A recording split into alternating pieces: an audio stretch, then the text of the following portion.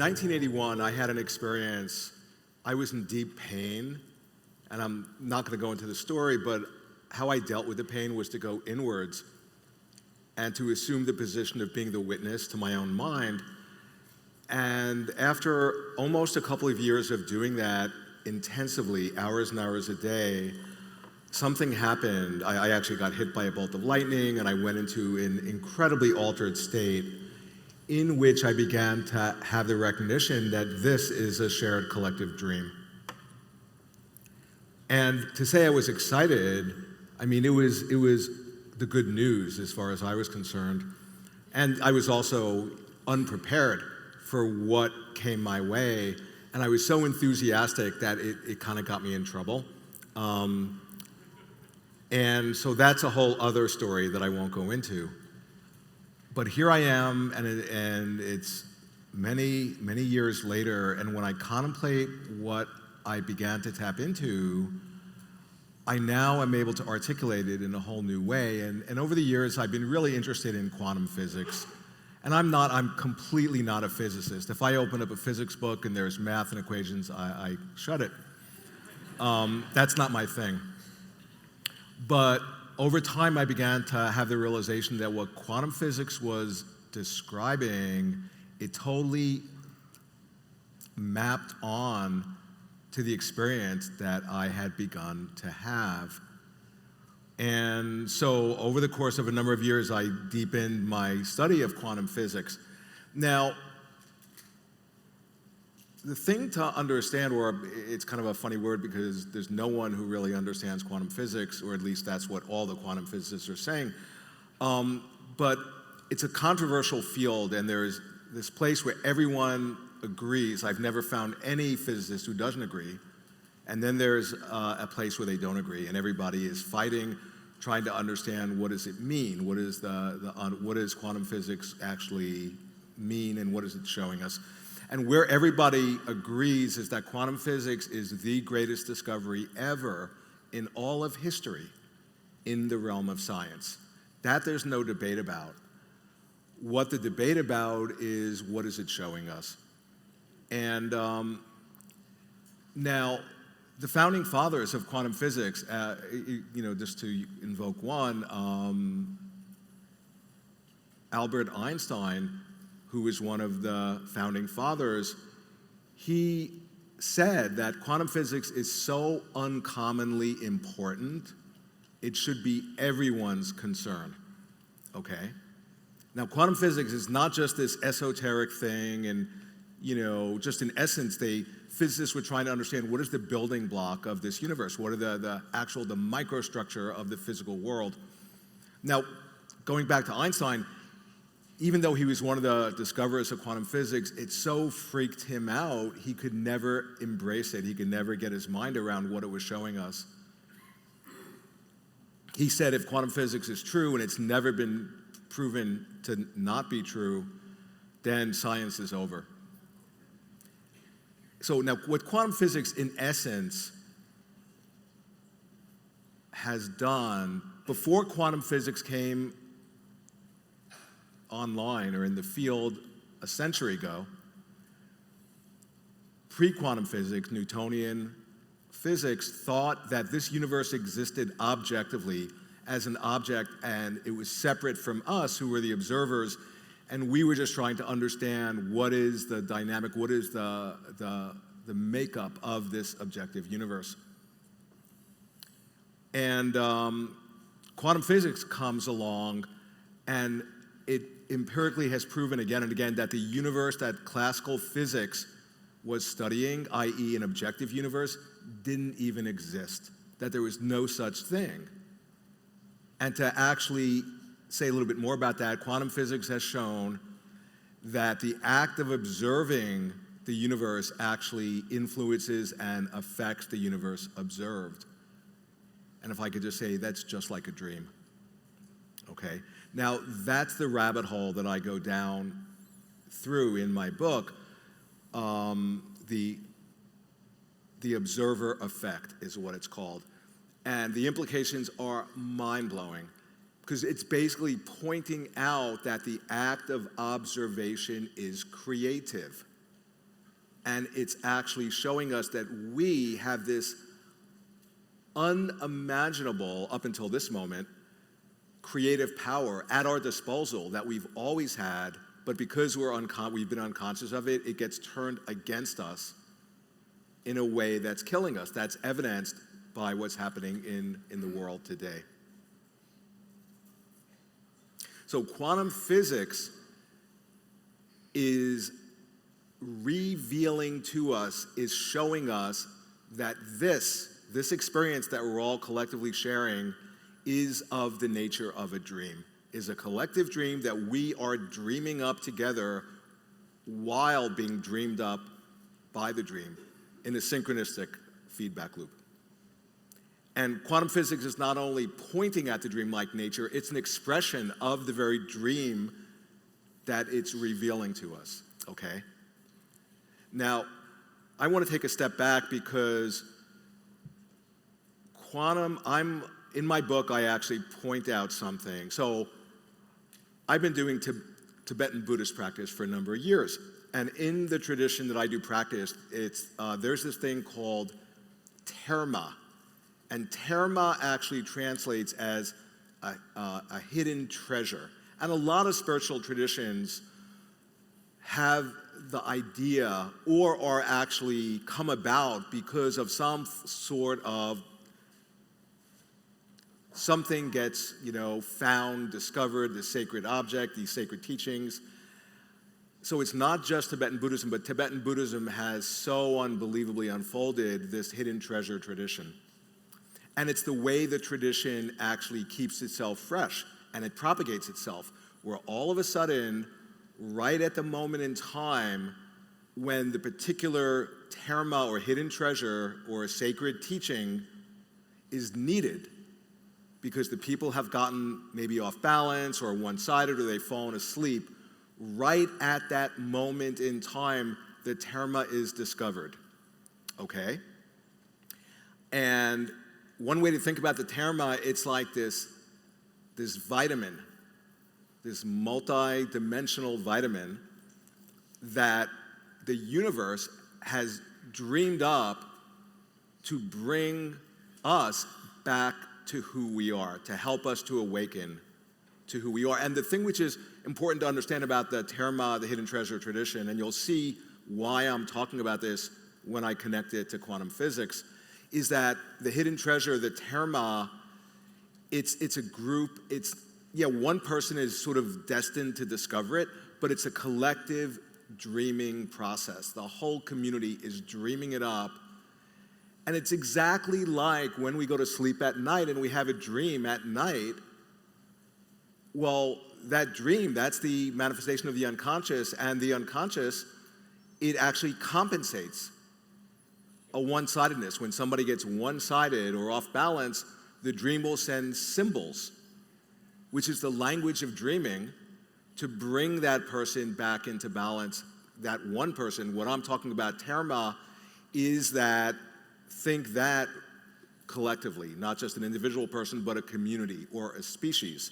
Now, interestingly, in my study of quantum physics, again and again, they would say that quantum physics is a symbolic procedure. And just once again, symbols are the language of dreams.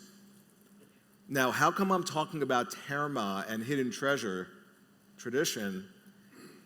So I have no authorization to, I'm not any enlightened person at all. So I have no authorization to, say, to authorize that's a terma, that's a hidden treasure, or to discover one myself.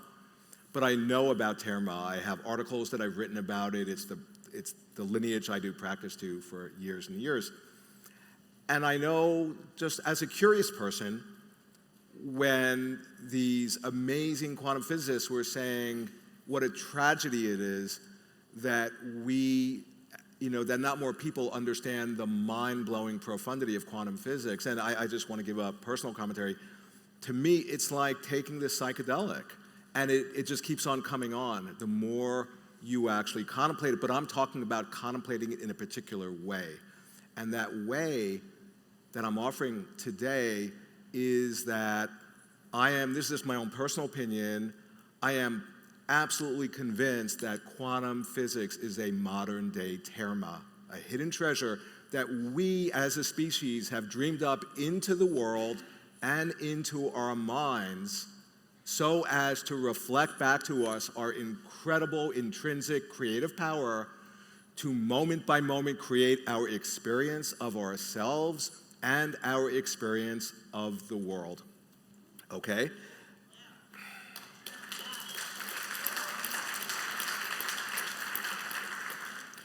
And so, terma, hidden treasures, they're meant to be shared. That's their nature.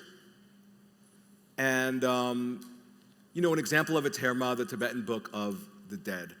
The author was Padmasambhava, then centuries later somebody discovered it. And sometimes the person who's destined to find a terma will see a syllable in their mind or on a page, and that syllable will make them remember, and out will come 20 volumes of text that have been encoded in their unconscious, that seeing of the syllable will help them to remember. And how come I say that is because this being a collective dream, it's similar when you have a night dream. All of a sudden something will happen in the night dream and it'll stimulate you, it'll help you to remember. A lucidity stimulator is what I call it, and it'll help you to remember, oh yeah, the nature of my situation, I'm dreaming, and then you have this lucid dream.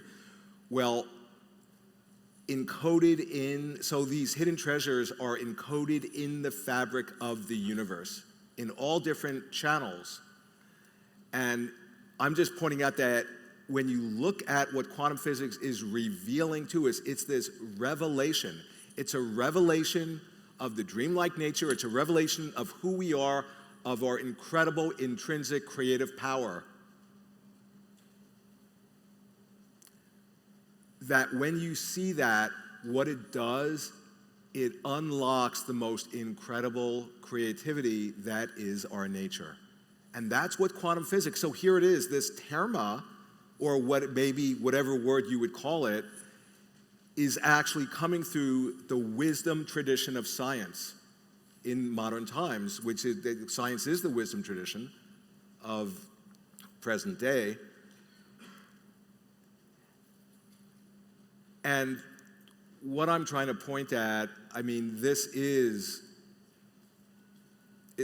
so, there are times I'll give talks about this and I'll start crying. And hopefully that won't happen today. But, and why I've thought about why that is, and it's because this is so profoundly important because, for example, I wrote a book before the quantum physics book about the madness, the collective madness that our species had fallen into, and we're enacting all over the globe. And we're destroying ourselves. We're enacting collective suicide.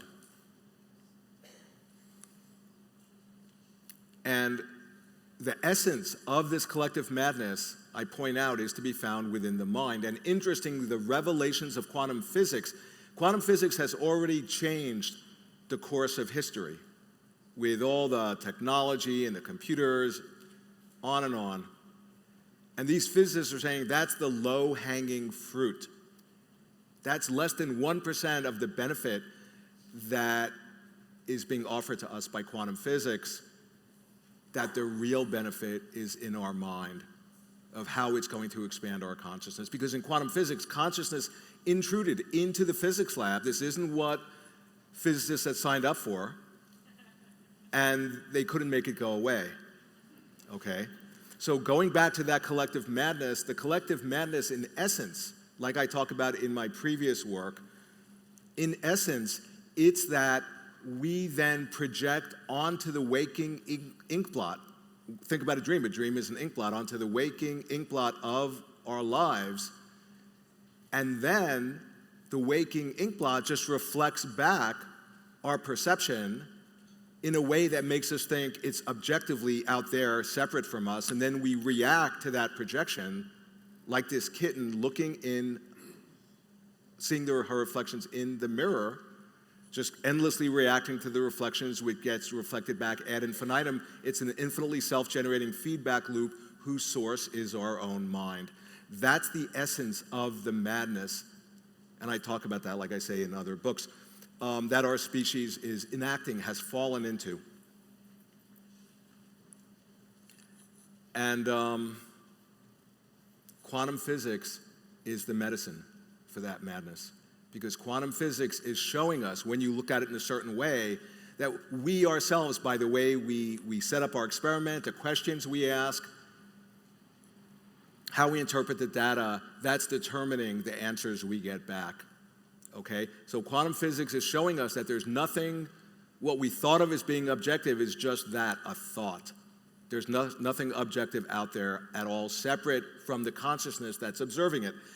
Now, to understand this even more deeply, just imagine you're in a dream, right? And you're holding a viewpoint in a dream. What is a dream but your own reflection? It's your mind projected out and reflecting back itself to itself through you, okay? You hold a viewpoint. The dream has no choice but to just reflect back and offer you all the evidence of the seeming objective truth of your viewpoint. And once that happens, then you become even more convinced and more entrenched in that viewpoint, thinking, well, I'm just seeing what's actually there, what's actually objective. And the more you hold that viewpoint, the more the dream will offer you evidence to prove that. And what's happening is that you've entranced yourself, you've hypnotized yourselves by the creative genius of your own power to invoke and call forth your experience of reality and of yourself. See, that's what quantum physics is offering us. It's showing us the collective genius, and particularly when we connect with other people who are also awakening to the dreamlike nature and their incredible creative power and becoming quantum activists, we can connect with each other and we can change the dream, the waking dream. And that's not New Age woo-woo. That's the nature of our situation. That's what's being offered to us and shown to us by quantum physics, okay? Now, just to close, one of the things, so going back to that experience I had in 1981, it was very, it really threw me for a loop because stuff that I had been programmed to think of as being impossible was happening. Stuff that could only happen in a dream was happening. And particularly when I was around, I was getting to meet my teachers. It was like when I was in their field, the whole space-time continuum would shift and these impossible events would happen. Now, quantum physics is expanding the realm of the possible in the sense that you have a quantum entity.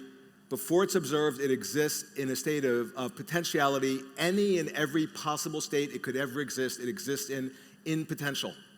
You observe it, that potentiality all of a sudden actualizes into one actual manifestation. All the other possibilities vaporize as if they never existed. But the point is that even if one of those possibilities, even if it was highly, ridiculously unlikely, to quote a quantum physicist, that means it could manifest this moment. Which is to say that if we're taking in the world events and getting depressed and feeling despair and looking through a pessimistic filter, we're then, because of the dreamlike nature, going to invoke all the evidence we need to confirm the objective truth of our viewpoint, and then we're part of the problem. Okay?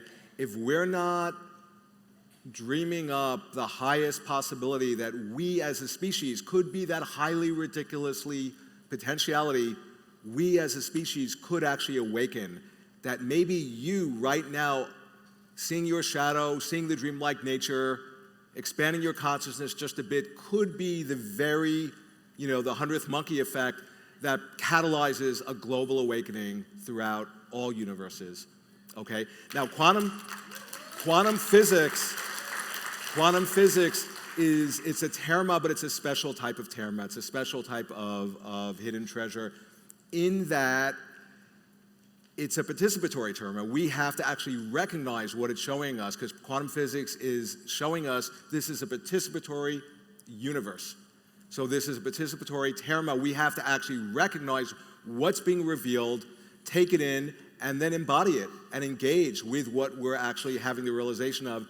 And How this terma unfolds, whether it will actually wake our species or not, is in potential, in typical quantum style. Because quantum physics is saying this universe isn't determinate, that every moment we can't predict the future. No, it's indeterminate, it's in potential, and we ourselves are the dreamer, okay? And that's what quantum physics is showing us, that when we have that recognition and connect with each other, we can really change the world. So thank you.